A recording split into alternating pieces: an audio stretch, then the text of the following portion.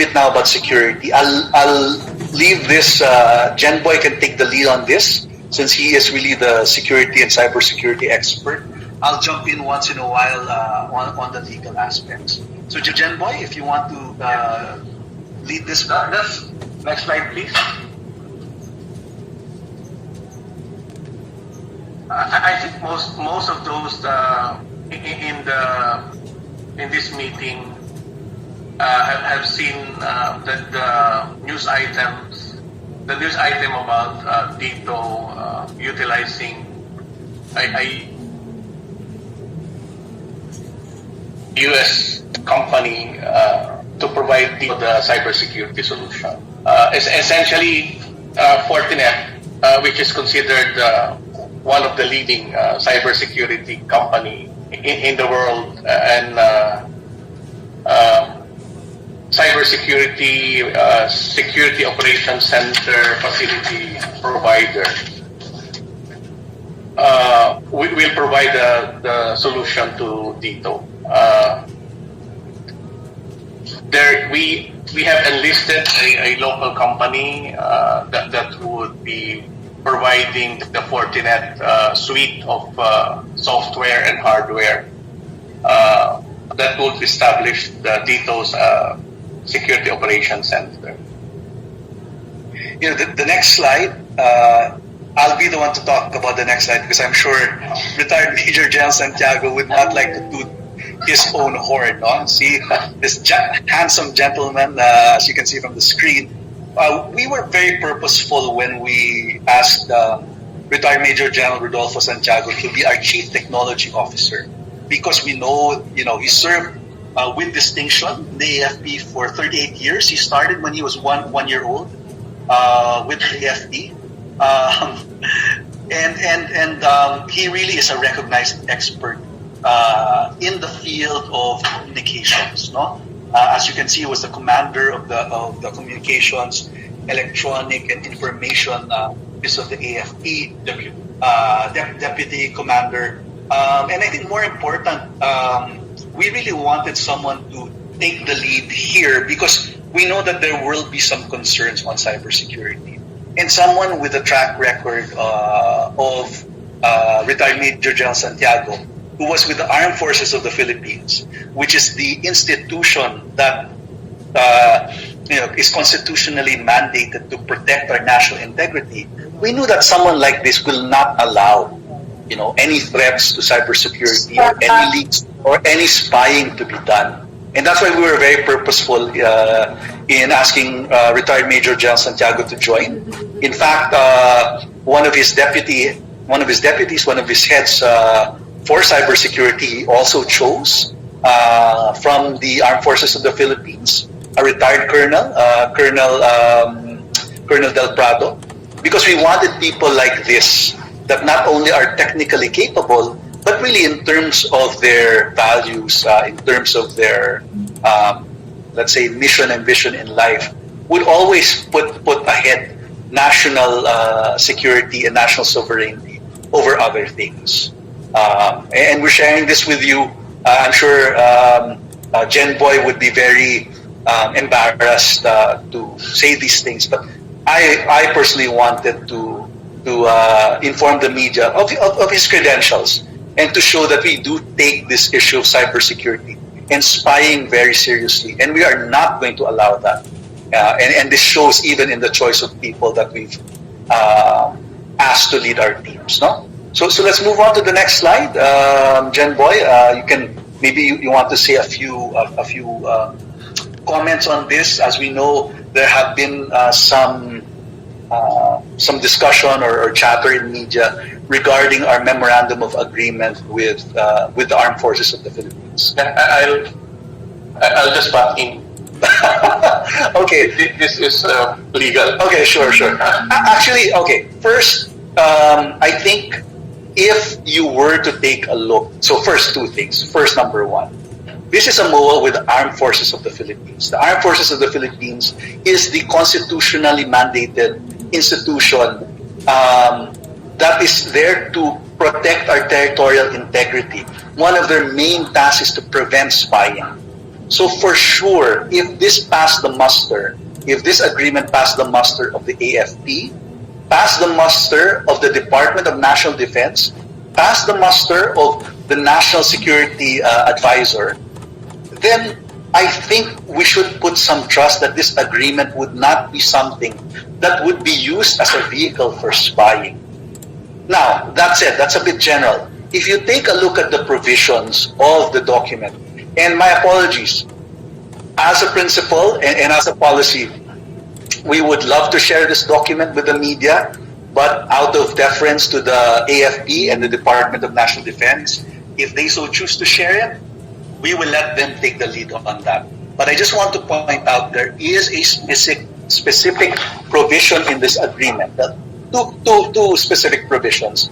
One, the provision says that if there is any attempt or use by the co-locator, meaning dito, to obtain classified information, then this is a ground for terminating this memorandum of agreement. So the moment that there's an issue regarding spying, regarding getting classified information, this memorandum of agreement can be terminated immediately. That's the first point I want to raise. There are other provisions, but I think the second point in regard to MOA that I think the media should know is that the access to these sites are fully controlled by the AFP. The AFP, per the MOA, will be the one to decide where we go and who gets to go in. And so these concerns about foreign nationals coming in and spying on behalf of another country really is incredibly misplaced. And I think it really just is based on speculation because they're not familiar with this memorandum of agreement. In addition, Adel, I would like to point out that there is a specific provision that no non-Filipino personnel will be given access to the camps that we're going to situate our base stations. So that is very, very specific. No non-Filipino personnel. So, very good point, Jenboy. If we move now to the next slide, the next slide talks a little bit about, well, Jenboy has already addressed that on the stringent protocols that disallow foreign nationals from doing sensitive technical work inside the camps. Also, please do note that we have submitted a cybersecurity plan. We provided that to the DICT and to the NSA. And again, these institutions approved our cybersecurity plan, and we also submitted this to the NTC. Because, and I think we have to trust these institutions that they would not allow, and that they are also competent enough that as they reviewed our cybersecurity plan, they will take into consideration the need to protect against spying or getting classified information. Again, I would like to add that there is a provision that allows the armed forces to check at any time our cybersecurity protocols, at any time. Yeah, that's correct. The MOA is very clear that they can do spot checks at any time in regard to the entire network. So let's move on to the next slide.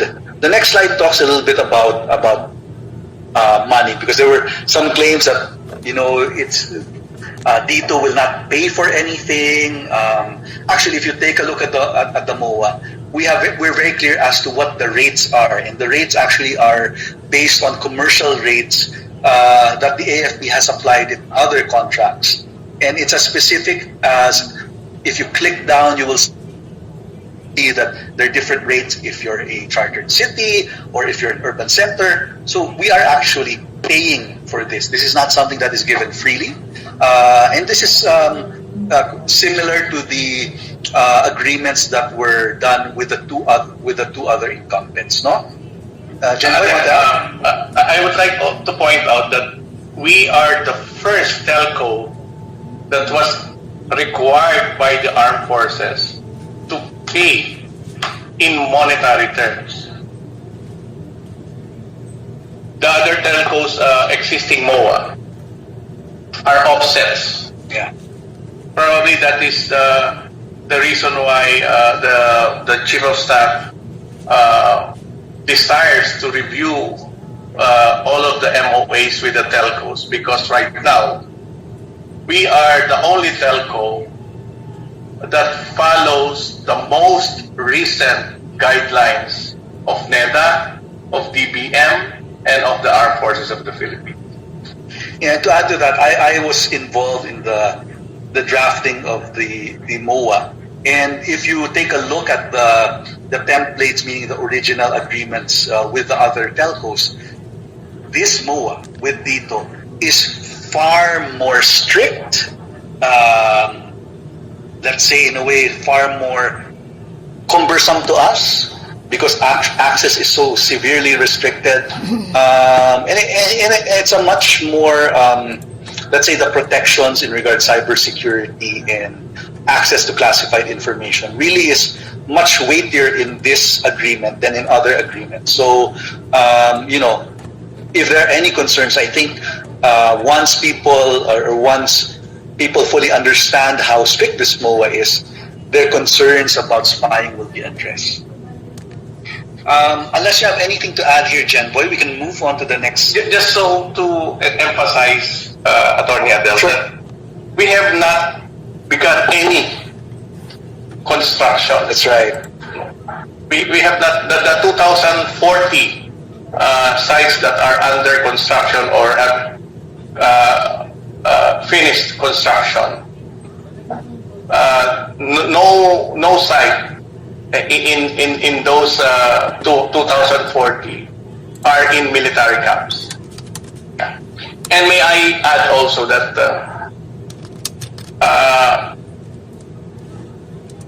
very recently, some military officers have approached DITO to specifically request to have cell sites in their camps, because of the fact that the current providers have very lousy services inside their camps, and they wanted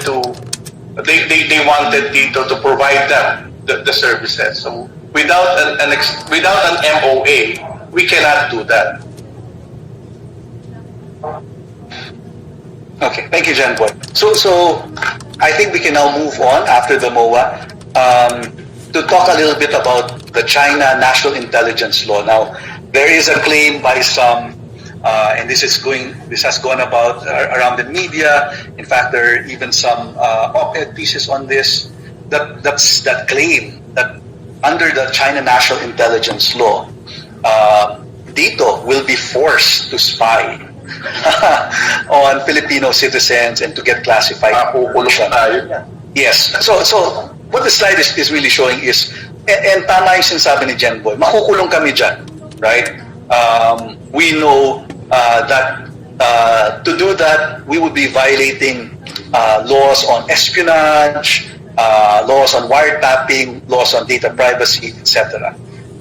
But that aside, again, we have to let's take a step back and let us take a look at the nature of the company. The company is a Filipino company, and hence we are bound to comply with Philippine laws. And number two, the company is managed and run by Filipinos. So I don't know how, and being a member of the board myself, and being a member of the management committee of the organization, I cannot imagine us sitting in a meeting and saying, okay, we approve of spying.